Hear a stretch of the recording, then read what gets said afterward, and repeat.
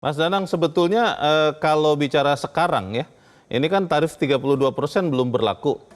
Dalam Ya, kondisi sekarang saat kita berbincang ini, berapa tarif yang dikenakan Amerika Serikat kepada produk-produk Anda dan teman-teman di Asosiasi Pertekstilan? Berapa persen?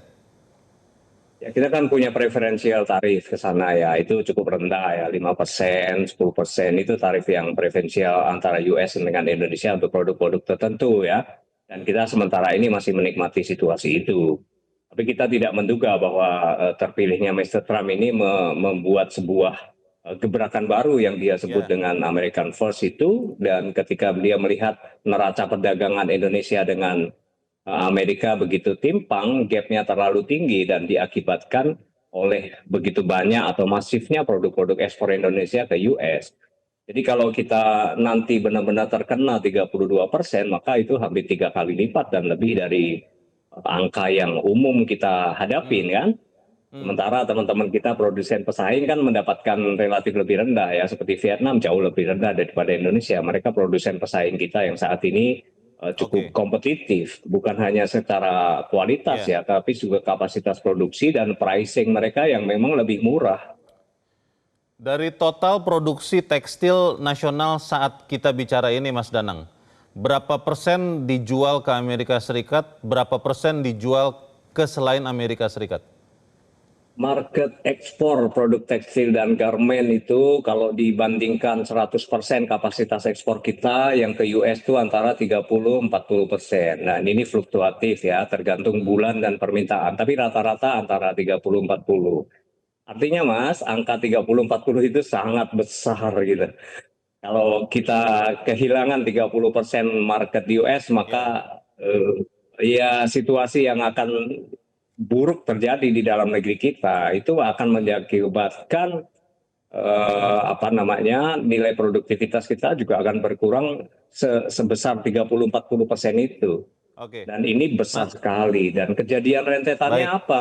Maka perusahaan-perusahaan industri garmen padat karya kita akan mengurangi kapasitas produksi, mengurangi jumlah karyawannya, mengurangi Hmm. apa namanya Mas total Danang. pembelanjaan dari supply chain-nya. Ya.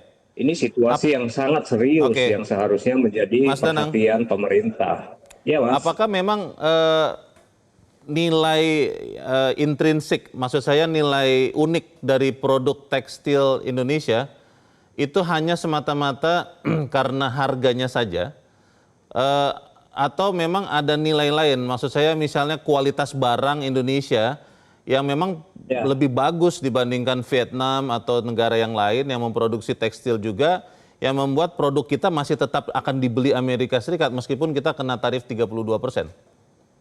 Ya, ya, ya, itu secara kualitas ya. Kalau secara Nah. kualitas produk-produk tekstil garmen kita mah kita bisa garansi itu masih the best lah di seantero negara-negara produsen tekstil dan garmen Mm-mm. yang lain. Meskipun secara kualitas itu ya 11-12 Mas, tidak terlalu jauh berbeda. Vietnam juga Oke. produk-produknya secara kualitas luar biasa. Jadi kita Hmm. tidak bisa mengcompare secara langsung apakah kemudian ada preferensial tertentu yang Ya.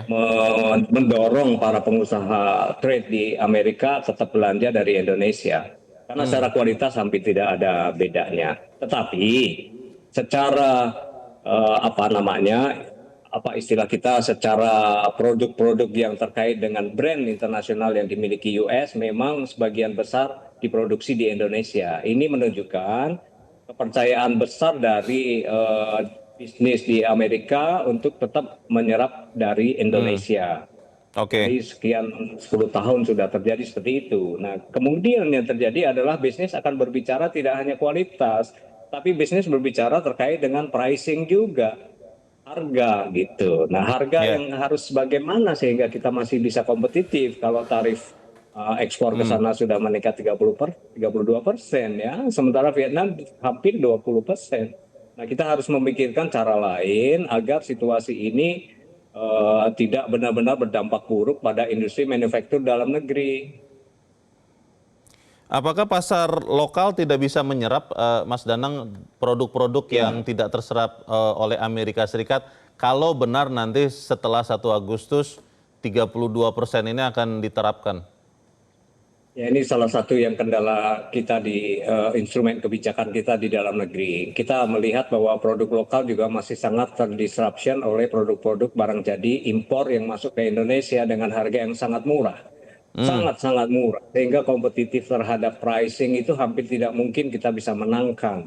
Karena itu hmm, kita sangat mendesak pemerintah untuk memperbaiki regulasi importasi dalam negeri. Jangan terlalu liberal proses-proses atau kebijakan importasi barang jadi ke Indonesia. Jangan terlalu liberal. Harus ada ya, pemerintah yang menjadi penengah dari pengaturan importasi barang jadi ke Indonesia. Ini sedikit oke, berbeda proses kebijakan terkait dengan bahan baku yang diimpor ke Indonesia karena kita masih keterbatasan dalam hal bahan baku. Tapi kita memiliki kemampuan besar Republik kita ini dalam hal manufacturing mengolah bahan baku menjadi bahan jadi. Nah, hmm, kalau bahan jadi ini bisa benar-benar kita lempar ke pasar domestik dengan kompetisi yang fair, ya, itu akan membuat kita bisa memiliki market pengganti sekitar 270 juta masyarakat Indonesia kan? itu dia. Nah, market kita sangat besar, sehingga negara-negara lain pun melirik ke Indonesia. Maka kebijakan Hmm, protektif terhadap ya, produk-produk barang jadi yang masuk ke Indonesia itu harus menjadi salah satu strategi priority ya, bagi pemerintah kita saat ini untuk ya. melindungi industri dalam negeri. Mas Danang, kalau mau mencari pasar alternatif ya, kan itu juga salah satu strategi yang kalau saya baca sedang diusahakan pemerintah. Ada tidak pasar yang bisa bergotong royong mengisi Amerika Serikat kalau nanti ternyata memang benar permintaan Ya, Amerika Serikat dropnya sebesar 32 atau lebih persennya? ya, tidak akan mudah tergantikan ya. Itu butuh waktu, Mas. Butuh waktu Hmm, untuk membangun market baru butuh waktu. Sejak setahun terakhir kami juga meminta pemerintah untuk segera mengkelirkan, menselesaikan negosiasi trade dengan Eropa, misalnya EU SEPA. hmm, Itu kan alternatif-alternatif pengganti dari market US yang saat ini sangat besar.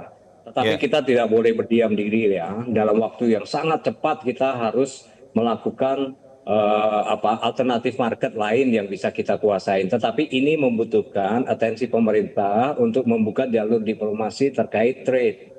Kita hmm, punya alternatif, misalnya Eropa Timur, Asia Tengah, Asia Selatan, Barat itu juga masih belum kita kelola dengan baik. Sementara kita juga punya negara tetangga seperti Australia yang memiliki potensi besar untuk bisa ya, menyerap produk-produk kita. hmm, Tetapi kita belum mengarah ke sana.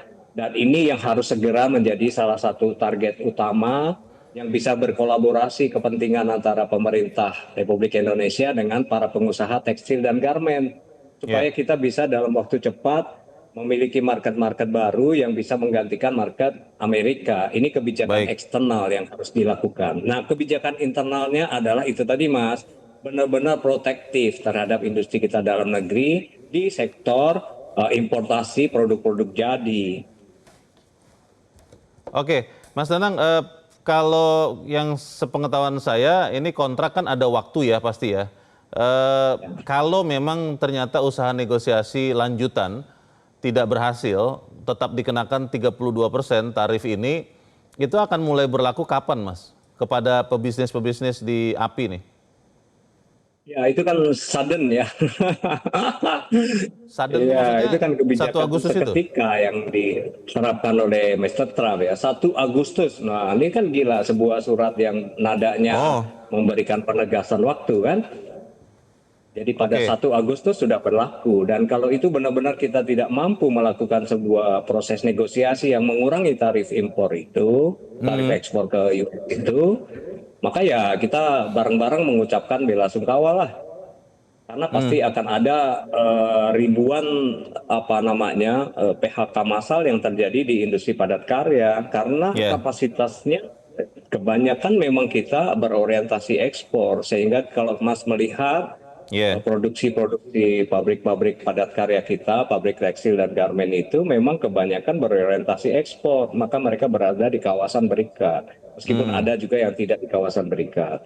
Tapi didesain dari ekosistem padat karya ini dari dulu sudah dibuat sedemikian rupa. Nah, bagaimana hmm, sekarang kita menciptakan sebuah arsitektur kebijakan baru sehingga desain itu bisa kita rubah dalam waktu cepat sehingga kita bisa mengelola market domestik kita secara lebih dominan dibandingkan produk-produk jadi barang impor, dan kepada market eksternal pengganti Ya, US.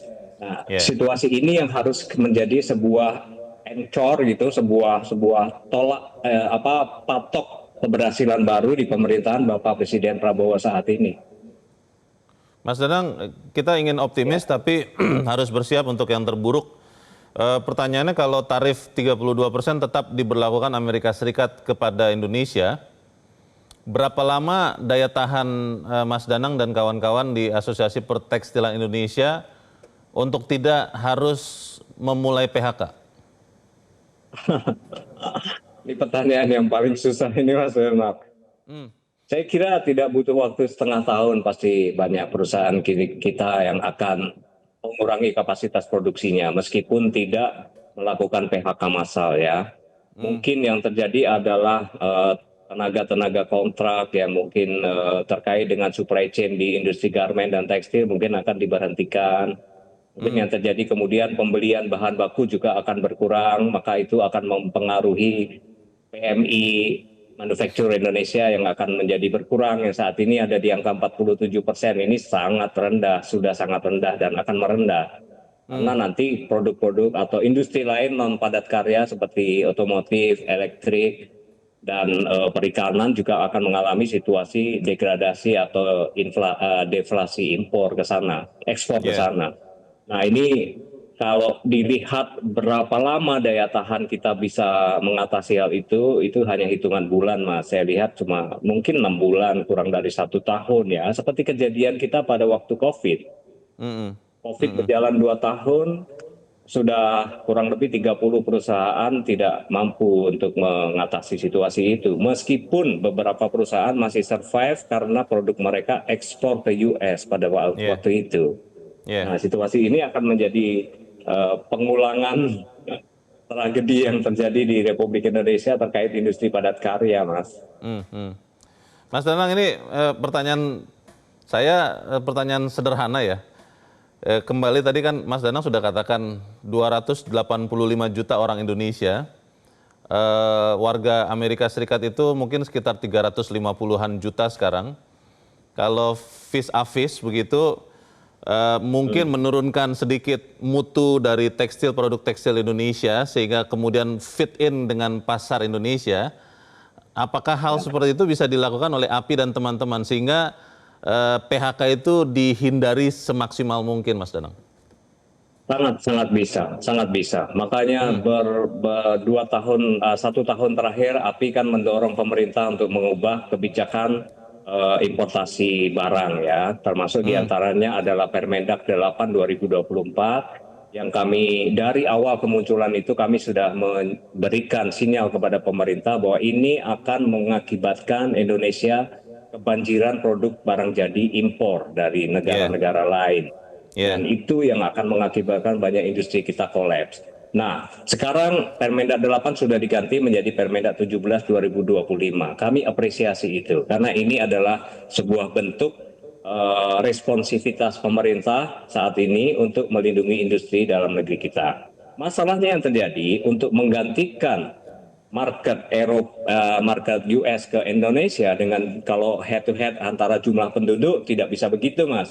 Karena secara kualitas kita juga tidak ingin menjual barang berkualitas rendah untuk mengejar harga murah, kan orang tidak ingin berbisnis begitu. Meskipun ada segmen tertentu yang nggak peduli kualitas, yang penting harganya murah. Nah, tetapi kita lihat bahwa kapasitas atau kemampuan daya beli masyarakat Indonesia sudah tergerus. Kelas menengah kita yang menjadi market konsumen fashion sudah menurun jauh saat ini, apalagi masyarakat kelas bawah. Nah, kita harus berpikir lebih jauh untuk melakukan inovasi-inovasi, tidak pada segi output produk, tetapi dari supply chain-nya. Logistiknya kita kurangi biayanya, electrical kita turunkan biayanya. Itu yang bisa dilakukan ya Supply untuk chain yang lebih membantu. baik. Nah, itulah peran pemerintah. Baik. Kita berharap betul Mas Danang setelah apa yang kita bicarakan ini saya yakin pemerintah pun mengikuti apa yang disampaikan Mas Danang.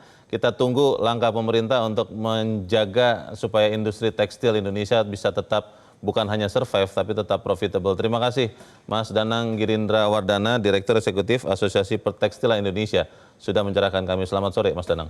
Jelajahi cara baru mendapatkan informasi. Download Metro TV Extend sekarang.